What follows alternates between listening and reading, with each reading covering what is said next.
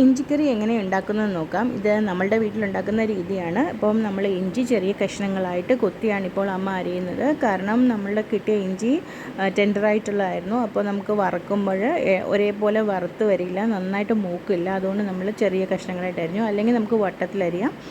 ഇത് നന്നായിട്ട് സോട്ട് ചെയ്യണം. ഇതിൻ്റെ ഒപ്പം തന്നെ ചുമന്നുള്ളി നമ്മളിവിടെ ആഡ് ചെയ്തിട്ടുണ്ട്. അത് ഓപ്ഷനിലാണ്. നമുക്ക് വേണമെങ്കിൽ ലാസ്റ്റിൽ കടുക് താളിക്കുന്ന സമയത്ത് ആഡ് ചെയ്താൽ മതി.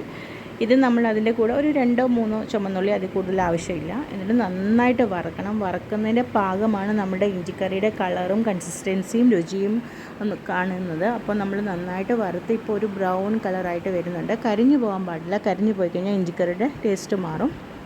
നന്നായിട്ട് മൂത്തതിന് ശേഷം ഇതിനെ നമുക്ക് വേറൊരു ബൗളിലോട്ട് മാറ്റി വയ്ക്കാം. അതിനുശേഷം നമുക്ക് മല്ലിയും മുളകും, നമ്മളിവിടെ മല്ലിയും മുളകുമാണ് ഉപയോഗിക്കുന്നത്. മല്ലിയും മുളകും നമുക്ക് ഒരു 2 ടീസ്പൂൺ മല്ലിയും 3-4 മുളകും ഉപയോഗിക്കുന്നുണ്ട്. പൊടിയാണെങ്കിൽ നമുക്കൊരു 1 ടീസ്പൂൺ മുളക് പൊടിയും 2 ടീസ്പൂൺ മല്ലിപ്പൊടി ഉപയോഗിക്കാം. നമ്മളൊരു ഉലുവായും ചേർക്കുന്നുണ്ട്, ഒരു സ്വാദിന് വേണ്ടി മാത്രം. അല്ലെങ്കിൽ നമുക്ക് ലാസ്റ്റിൽ കടുക് വറക്കുമ്പോൾ ഉലുവാപ്പൊടി ഒരു 1/4 ടീസ്പൂൺ ഇട്ടാൽ മതി. അപ്പോൾ നമ്മളിതെല്ലാം കൂടെ നന്നായിട്ട് മിക്സിയിൽ നമുക്കൊന്ന് പൊടിച്ചെടുക്കാം. പൊടിച്ചെടുത്തതിന് ശേഷം നമ്മൾ ഒരു നാരങ്ങ വലിപ്പത്തിൽ നമ്മൾ പുളി അവിടെ കുതിർത്ത് വെച്ചിട്ടുണ്ടായിരുന്നു. ആ പുളി അത് പിഴുപുളിയാണ്.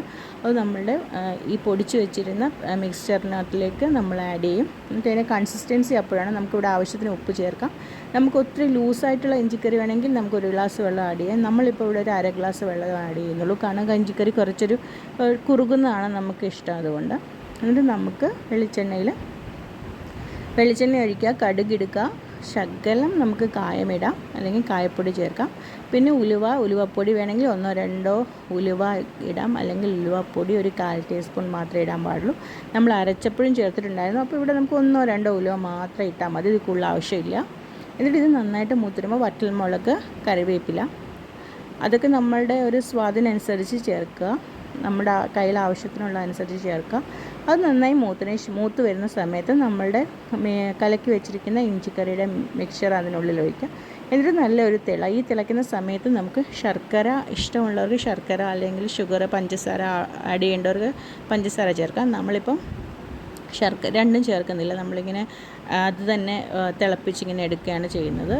അപ്പോൾ നന്നായിട്ടൊരു തിള വന്നതിന് ശേഷം നമുക്ക് ഇത് ഉപയോഗിക്കാം. ചെയ്ത് നോക്കൂ, അഭിപ്രായം പറയൂ.